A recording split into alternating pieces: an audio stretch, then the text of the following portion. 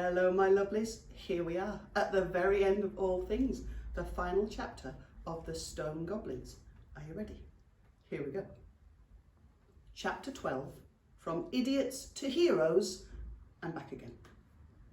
Seepage joined his brother as they watched the dragon go. They hugged and shouted and danced with joy until their legs got tangled and they ended up fighting each other in an effort to free themselves. Dampatch and Stain, who'd seen everything, ran to the tunnels and called Dribbledraw's to come and see what had happened. The twins sat and waited. They couldn't decide whether to be happy about getting rid of the dragon or cross about getting tangled up again. Then the echoey voice of Chief Cheesyfeet boomed up the tunnel. "If you two idiots are still alive, will you please tell me what's going on up there? And if that's you, Mr. Dragon," his voice softer and sprinkled with rose petals, "would you mind awfully if I asked you to go away and leave our plug all alone? Thanking you." When the stone goblins realised that the dragon had gone, they all came out to join the twins. Dampatch and Stain told everyone how Seepage had grabbed them from the terrible jaws of the dragon while Saggypant had poked it with his stick. The brothers couldn't quite remember it the same way, but with each telling they sounded braver and braver, so they decided to keep quiet. "Of course," said Snilbog in a loud voice. It was unusual to have the whole clan together in one place, and he wanted to show off his brain muscles. "All we need now is a new plug and a lot of rain." "You mean the dragon took the plug with it?" asked Dribbledraws. "Exactly," said Snilbog. "Well, in that case," said Chief Cheesyfeet, "we need one or two of you to stick yourselves down the plug hole and block it up so as we can fill up the lake as soon as possible. Any volunteers?" That night, as Saggypant and Seepage hung upside down in the plug hole, they were so cross they refused to talk to each other. And this was just as well, because they were wedged together as tight as pants and could hardly breathe, let alone speak.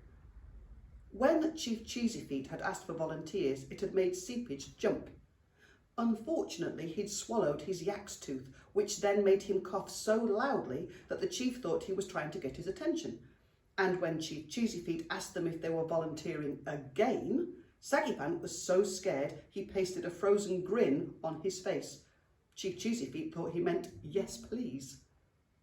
It would take 2 months to forge a new plug, and during that time the rains would come and the lake would fill again.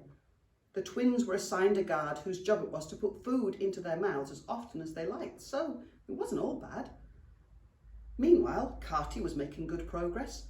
Dribbledraws was helping her get her memory back, and everyone had high hopes that one day she would be their best stone tipper again. She certainly showed a lot of interest in tipping. Unfortunately, she was still a little mixed up and liked to tip stones on to goblins. Only time would tell if this would change. Dribbledraws was cross with Dampatch and Stain for running away, but pleased that they had been involved in the famous yak-eating dragon story. It will be told around campfires for years to come. "I have a question," said Chief Cheesyfeet to Snilbog one morning as they were eating mashed slug on toast for breakfast. "How are we going to swap those two idiots for the plug now that the lake is full of water again?" There was a long, long silence, followed by more silence. Said Snilbog. This story is very old, in fact so old that stone goblins today laugh at the work of a stone tipper. The modern stone goblin has trained woodlice and worms to do this job. These creatures tunnel their way under the stone and loosen enough earth for a goblin to rescue the trapped idiot from underground. This way they can avoid going topside and being on the menu of the wonky-beaked eagle. So, if you turn over a stone and find a family of woodlice or the odd worm, you have probably just missed seeing a trapped stone goblin. But keep looking. One day, you might be lucky. That's it. It's finished. I really, really, really hope you've enjoyed that, because I've been absolutely thrilled to do it. Thank you very much to Mr. Burton, who's just there, for filming it all for us. Well, thank you, Mrs Veal. It's been amazing. Fantastic. So that's it. Year 6s, you're nearly done.